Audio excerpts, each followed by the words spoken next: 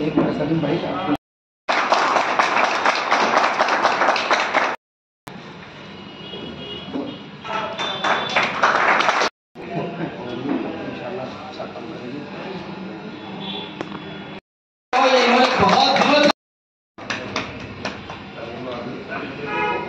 दादा इधर देखो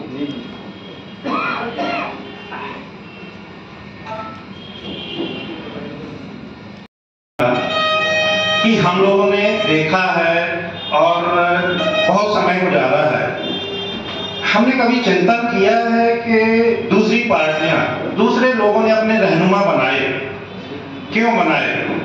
क्या आपने कभी कल्पना करी है कि हमारा संगठन चल रहा है, पिछले 20-25 सालों से पूरा संघर्ष कर रहे हैं और जैसे भी होता है संगठन को चला रहे हैं राष्ट्रीय अध्यक्ष जी। किसी ने आज तक ये नहीं सोचा होगा कि संगठन के लिए कभी किसी ने सोचा है कि इसके लिए आर्थिक मदद की जरूरत।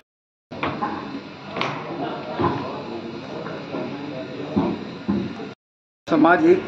सामाजिक संगठन है और पिछले 15 वर्षों से हम लोग अपना पसमानदा मुस्लिम समाज का सामाजिक संगठन चला करके और मुसलमानों के कुल हिस्से का 85% पिछड़े मुसलमानों को जागरूक करने का काम किया है। और आज हिंदुस्तान के अंदर पसमानदा मुस्लिम समाज जागरूक हुआ और निरंतर प्रोग्रामों का नतीजा ये रहा कि देश के प्रधानमंत्री माननीय नरेंद्र मोदी जी ने भी पसमानदा मुस्लिम समाज की समस्याओं को समझा और हैदराबाद के राष्ट्रीय कार्यकारिणी की बैठक में उन्होंने इस बात के लिए कहा कि अपने कार्यकर्ताओं की पसमानदा मुस्लिम समाज ये देश की मुख्यधारा से कटा हुआ है, इसको देश की मुख्यधारा से जोड़ने के लिए इनके बीच में जाके काम करने की ज़रूरत है, इनको जोड़ने की ज़रूरत है।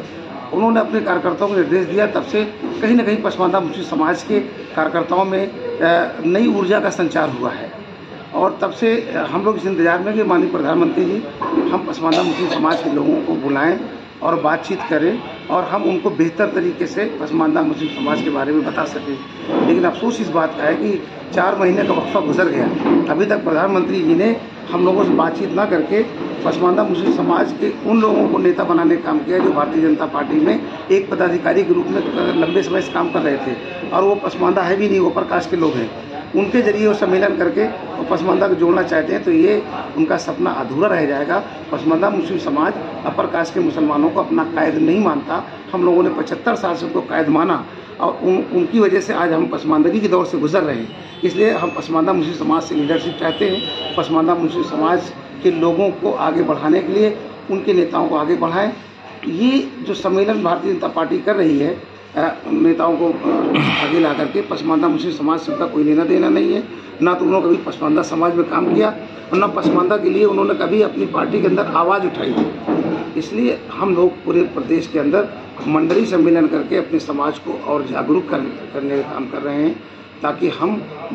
इसी तरीके से सम्मेलन के जरिए अपने सड़कों पर अपनी ताकत को मुजाहरा करके और हमारा जो मेन मकसद है वो रिजर्वेशन है। धारा 347 के तहत पैरा 3 के अंतर्गत हमें 10 अगस्त 1950 को दलित हिंदुओं की तरह हमको रिजर्वेशन मिलता था, उसको कांग्रेसी सरकार ने छीन लिया और उसमें 4 लोग थे, सिख थे, बौद्ध थे, मुसलमान थे, ईसाई थे। लेकिन उन्होंने 1956 में सिखों को बहाल कर दिया, 1990 में बुद्धों को बहाल कर दिया। अब मुसलमान और ईसाई इस धारा 347 के अंतर्गत बायस है। इसलिए हम प्रधानमंत्री जी से अपील करते हैं कि धारा 347 बाहर करके दलित मुसलमानों को, ईसाइयों को भी रिजर्वेशन देने का काम करें ताकि हम लोग देश की मुख्यधारा से जुड़ सकें।